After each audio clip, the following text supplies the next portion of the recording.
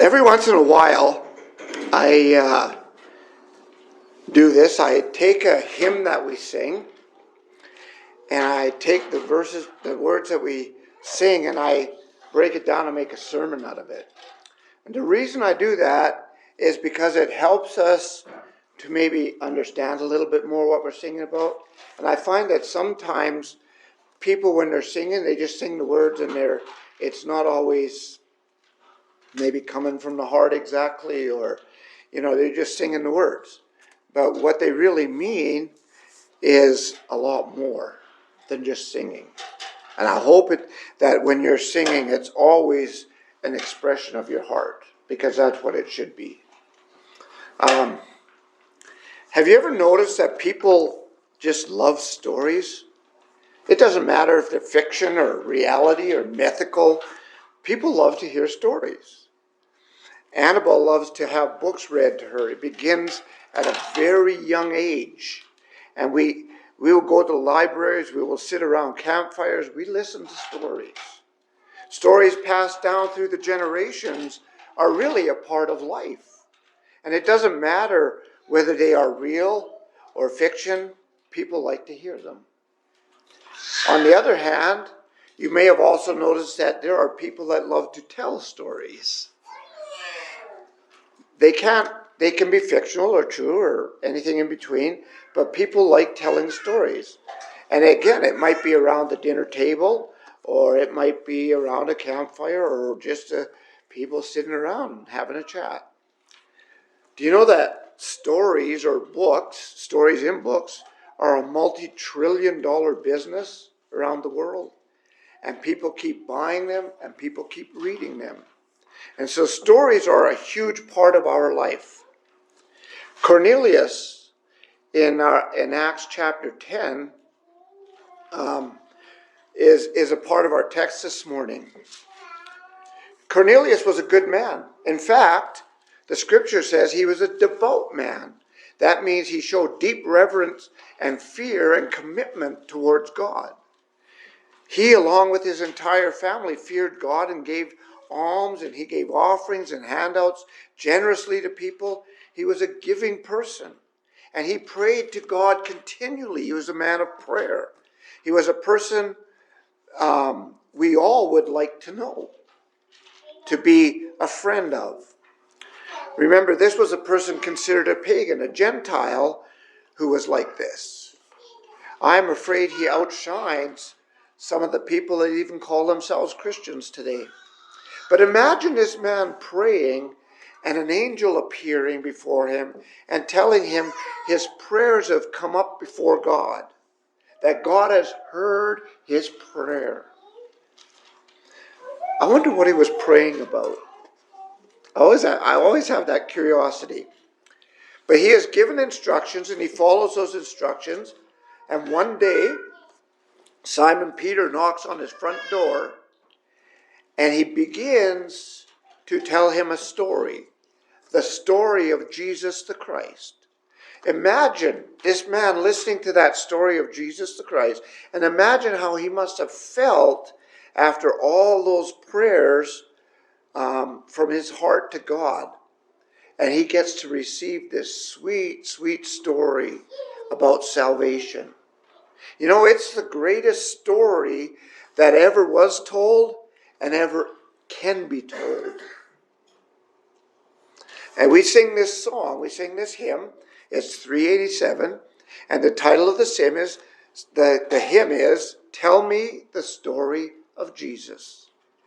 I hope that when you sing that, it resonates in who you are and what you want to do. Tell people the story of Jesus. And the first stanza talks a lot about the arrival of Jesus to earth. It begins with, tell me the story of Jesus. I want to hear that story, and I can't help but think that there are many people in this world today that want to hear that story, that need to hear that story. Everyone needs to hear that story, because not all people you are not saved without that story. But not all people want to hear it. And it emphasizes It's emphasized by saying, write on my heart every word. You know, I don't want to miss a thing. I don't know what kind of person you are, but I don't like to miss a thing. I want to have it all. I want to hear it all. I want to see it all. And I want it all. And so I want every word of Jesus. I want to hear those words. I want to know those words. I want them on my heart. I want all the details of that word. This story is ageless and it is priceless. I want to hear every word and write it on my heart because it is so precious. It is the sweetest story that has ever been told. Now, there have been trillions of stories told throughout history of the world, but I would dare anyone to show or tell me a story that is more precious or more sweet than my loving Savior dying on the cross so I could live with him. There isn't any better story. There's no story like it. No story past, present, or future. Many may try to make that claim, but it's just blowing in the wind. It's nothing. Now think about it. The angels in heaven were rejoicing at his birth. They were singing in chorus, and they weren't singing rock music and heavy metal music. It was a vocal praise to God, rejoicing that the King was born, that salvation had come to mankind. Salvation and restoration through the blood of the Lamb that was born to be slain. I don't know of another story that would cause the angels in heaven to break out in song and rejoicing, with the exception of this one that tells about the Lord coming and saving the souls of the lost as they turn back to their Father in heaven, their Father that had created them. And the one to whom all the glory of this story belongs to is God Most High. It is because of his love, his mercy, and his grace that he has brought peace and good tidings to earth, even if people don't want to believe it. He did it through the sacrifice of his Son, and that peace that he brought was the forgiveness of sins and a restoring of a relationship with our Father in heaven. Instead of opposing God, we are able to have that relationship with him through Christ. So God provided it, and he deserves all the praise and all of the glory. And when we tell people the story, we need to make sure that God gets the glory. I think you probably all got my article this week, and it's not us, but glory to your name, O God. That's what it is. And so the second stanza we sing is a lot about the ministry part of Jesus' walk on earth. Jesus came along one day where John the Baptizer was baptizing, and he also was baptized by John, and immediately the Spirit came upon him, and God the Father spoke from heaven, announcing that this was his Son in whom he was well pleased. And the story tells us that Jesus was taken out into the wilderness. He was led by the Spirit into the wilderness, and he was out there for 40 days and 40 nights fasting. You know, sometimes when there's food in front of you, at least, I don't know, it's hard to fast for 2 days. Try 40. That would be tough. But Jesus did that. And this is recorded history in times past, over 2,000 years ago.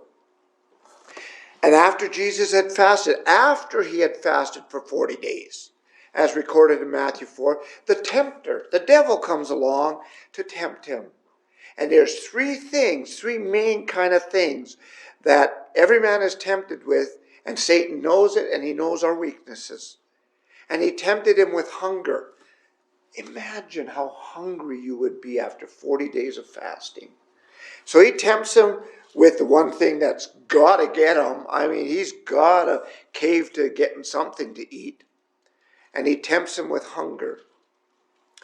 And hanging on to this life and all of that. He tempted him with the lust of the eye.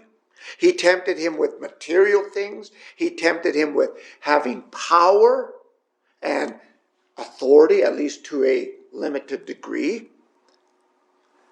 And Jesus triumphed over Satan and those temptations. And for you and I, that is the best news that we can possibly get. Because if he had failed, think where you would be today. But he didn't fail. And he suffered that for us. And then he came from the wilderness preaching and teaching. He went about saying the kingdom of heaven is at hand. It was about to be established for all eternity. For 3.5 years, Jesus labored in his ministry, delivering nothing but truth and good news of salvation to everyone he possibly could. And people, well, they didn't see it like he did. Not all of them. So one day he came to Jerusalem and he wept over the city, the people, because of their hard hearts and their unbelief. That wasn't self-pity. That was weeping because he desired their souls to have salvation. And that was what his ministry was all about. And in his ministry, Jesus said that he didn't have a place to lay his head. He was a traveling minister with nothing to his name. He was poor in our eyes, in the world's eyes. But oh, how rich was he in the eyes of his Father. But the worst thing about his ministry is that how he was rejected, how he was despised by the people, how he was treated, how they abused him, and all of it because he wanted them to have salvation. Imagine that. And that abuse continues for those who follow Christ even today. And so it is a sad story in that he had to suffer so much for all his goodness and righteousness and be rejected and afflicted for those things. And then finally we sing about the temporary loss that turned into the greatest victory ever. Jesus was crucified for bringing salvation to man, for wanting man to have his soul redeemed and have life again. He was nailed on the brutal cross after the most horrible, torturous other things he went through. He went to that horrible, torturous cross, that death that is just brutal. Now, he didn't stay there like most did till he died. He gave up his life. And that's also a very good thing for us.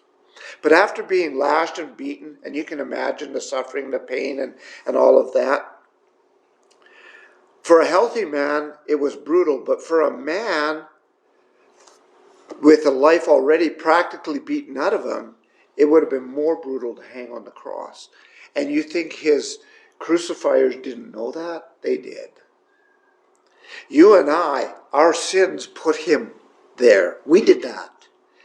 We were part of all of that in our life, the way we lived our life at one time. Every man's sins put Jesus on that cross, put him through that horrible experience. And all that pain and anguish eventually brought death, but only when Jesus said it did. When he said, "It is finished, into your hands, Father, I give my spirit." That's when it ended. Not when man said it ended. And they put him in a grave and they buried him and thinking they had victory at last. At last they had that annoying Jesus out of their hair and they could do what they wanted. But he came up out of that grave 3 days later, resurrected, and he lives. He lives and will never die. He was raised by the Father and he sits with the Father on the throne. And because of that, you and I also have victory over sin and death. And we one day get to live in that kingdom with him eternally. That's our hope. That's our precious hope that we have. Not that it was a story of our love, but a story of his love, so tender. It was his love for us that motivated him to the cross and to endure all that shame and agony and mocking. He loved us so that he gave up his life, but then he took it up again too. What a wonderful story of love. A story like the world has never heard of, and the world really, for the most part, doesn't understand. He left heaven. He left glory and came and endured all of that for us. Oh, the love that we spurned at one time has never been clearer to me, and I hope to you, that it is so precious. It is a story that needs repeating over and over and over. If that doesn't move someone to an emotional, deep gratitude, I don't know what would move a person to that. If that were your son on the cross, my guess is you'd be shedding tears. That was God's son on the cross. Your creator, the one who formed you and nurtured you and cared for you and gave you life, and you turned and you spurned him and put him on that cross. Because Paul says we've all sinned and fallen short of the glory of God. And instead of extinguishing us, which was his full right to do, and he could have so easily done, he came in the likeness of flesh, hung on that cross, and came up out of that grave, paying our ransom, paying our debt of sin, so that we can live again. What a precious story. A sweeter story has never been told. This story requires two things from every person it touches. Most of you, if not all of you that are here this morning, you're here because of that story. Someone either talked to you, shared it with you, or you read it yourself in the scriptures. You might ask yourself, if someone hadn't opened their mouth, or if you hadn't got a Bible and you'd never heard that story, like Peter went and told Cornelius, where do you think you would be? My point is this: there are many others outside these doors that need to hear this precious and sweet story. They are mired in their sin and wickedness. And the only hope they have could very well be you opening your mouth and sharing this precious story with them. That their sin, their debt of sin has been paid, and they can return to a relationship with their Father. So every time you pass someone, every time you talk to someone, and you don't share this story, their hope of eternal life suffers, and they may not ever make it there. So there's two things that we have to do with this story. Telling this story never gets old. In fact, I find it to be the exact opposite.